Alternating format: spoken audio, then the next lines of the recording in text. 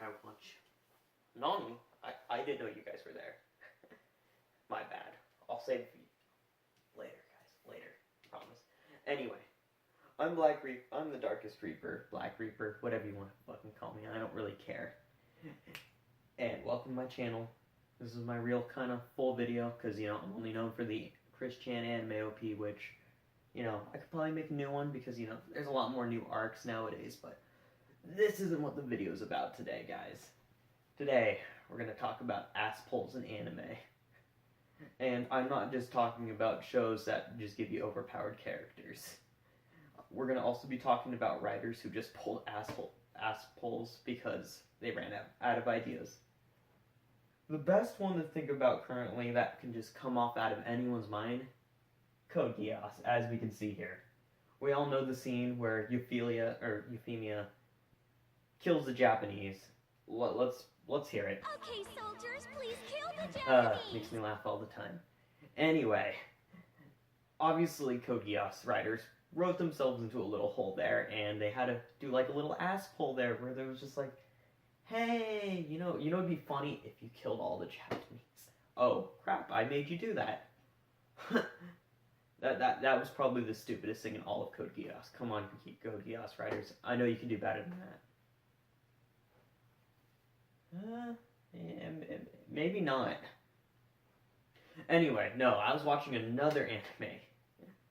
You guys may know it, it's pretty famous. Initial D, you know, not standing for initial D, like, you know, it's not a hentai. Something wrong. Anyway, no. Takumi Fujiwara, the writer of the AE86 as seen here, is probably the most biggest anime character that uses ass pulls on a daily basis. Here's the first one. Alright, the gutter technique. I don't know if that's actually physically possible. Obviously, Bunta, his father, can do it, but you know what? Bunta's a god. He's allowed to do it the hell he wants. Takumi, though, I don't know if he could do this without any, like, car techniques. Like, I can stand with, like, drifts and stuff, but the gutter technique, kind of iffy. And as the series goes by, he gets more and more ass pulls. It's like, each season he gets something new. 2, he gets a racing engine, which, I mean, that isn't really an ass pull. That's just a way to make him faster. It's a standard shonen thing, you know? 3rd one, he doesn't really get a new ass pull. He kind of just races, and that's all he does.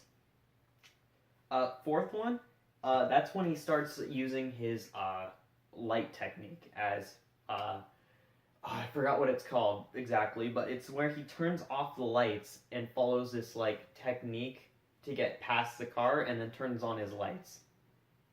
Anyway, it's pretty bullshit because, you know, it's kind of hard to actually drive. I don't think that's actually possible. And then, end of 4, start of 5, he has something called the Fujiwara Zone. And the Fujiwara Zone is just where he's able to just teleport, really. It's really not explained very well in the series at all. They just say, like, he manipulates the thoughts of where other racer thinks he's going to be, and clearly it was just an ass pull for some of them. Though, I do have to talk about one episode that happens in stage 4, actually. And that's when the rabbit goes in front of the other racing school thing, or other race, come on, Eric. Alright, come on, Black Reaper. Anyway, it's when the rabbit goes in front of the other car and allows Takumi to pass. Like, clearly, that was just an ass pull so Takumi could win. Like, come on. Like, I would have much preferred something a lot more interesting and fun. But you know what? Technically, ass pulls can be done in a correct manner, such as Gurren Lagann.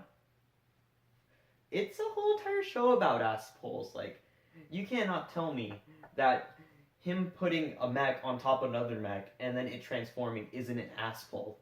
The thing about an ass pull is that if a show is self-aware about itself, it could work out. Case of Initial D, it's kind of self-aware. It kind of knows that Takumi's, like, godly, but it still tries to be kind of serious in some ways. Gurren Lagann is pretty self-aware the whole entire time, and that's what makes it so great.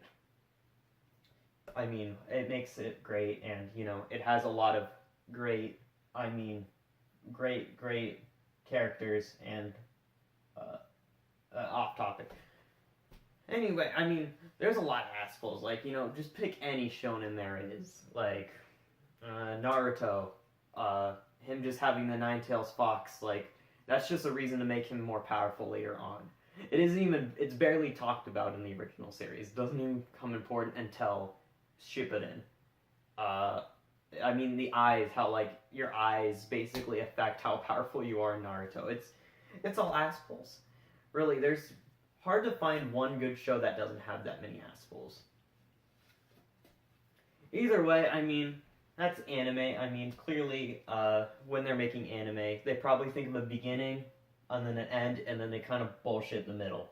I mean, Naruto's probably a great example, where it's just like, I know how this is gonna end, but what are we gonna put in the middle? And that just basically accounts for, eventually they'll write themselves into a hole where it's like, they can't win unless we do an asspull. Either way, it's fun sometimes it's bad, you can clearly tell. Anyway, guys, if you guys can think of any good asspulls in anime, you know, write it down in the comments. Anyway, as a professor in anime, and clearly a professional and a lover of Garudamesh, it is my goal to study these anime. Anyway, guys, that's the end of the video. If you want to support me, I don't have a Patreon, since I know only 10 of you are going to watch this. But you know, follow me on Twitter, handle right here. Follow me. Yeah, that's really it. Just follow me, subscribe, maybe. That's up to you, though. I'll see you guys next time. Peace out. Where were we?